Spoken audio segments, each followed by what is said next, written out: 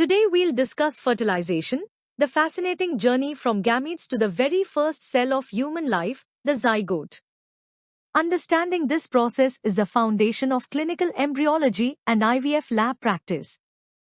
Fertilization is simply the union of sperm and oocyte to form a diploid zygote. But in reality, it's a beautifully complex sequence of cellular and molecular events.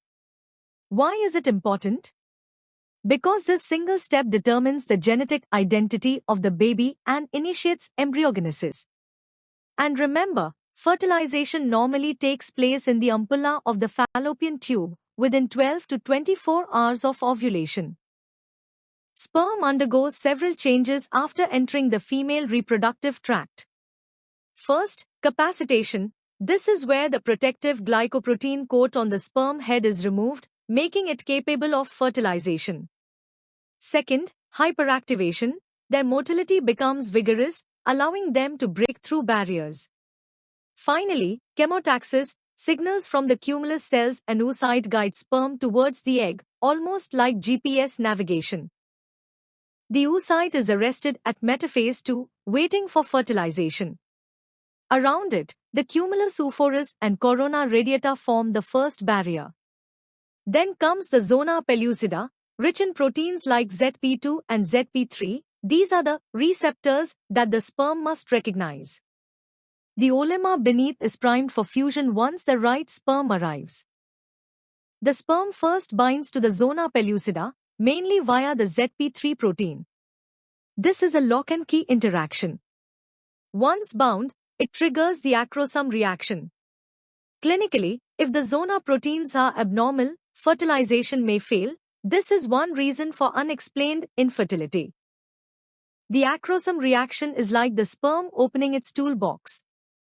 The membranes fuse and release enzymes such as acrosin and hyaluronidase. These enzymes digest the cumulus and zona, allowing the sperm to tunnel through. In intracytoplasmic sperm injection, we bypass this step completely by directly injecting the sperm inside the oocyte. Once the sperm reaches the olemma, specific proteins mediate fusion, isomer 1 on sperm and Juno on the oocyte. The sperm head and midpiece enter, the tail is usually left behind. At this point, the oocyte resumes meiosis II and extrudes the second polar body. This marks the oocyte's final maturation. Now, the oocyte must ensure only one sperm fertilizes it. This is achieved through the cortical reaction. Cortical granules are released under the olemma, modifying ZP proteins so no other sperm can penetrate. If this fails, polyspermy occurs, leading to triploidy and early embryonic loss. The sperm nucleus decondenses to form the male pronucleus. The oocyte nucleus forms the female pronucleus. Both undergo DNA replication in preparation for the first mitotic division. In the IVF lab, we check for fertilization by confirming two pronuclei, what we call the 2PN stage. Abnormal findings like 0PN, 1PN, or 3PN indicate abnormal fertilization.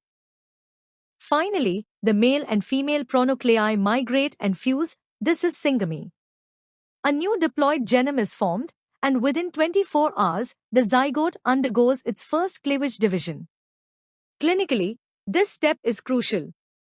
Failed fertilization, polyspermy, or abnormal pronuclei are common challenges in IVF labs.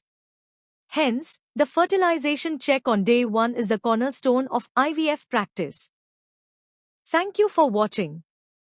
If you found this video helpful, please like and subscribe for more educational content. If you want more videos on specific topics in obstetrics and gynecology, reproductive medicine and surgery, embryology or gynae endoscopy or any chapter in any book, leave your suggestions in the comments. Remember, stay curious, keep learning, and take care. Thank you.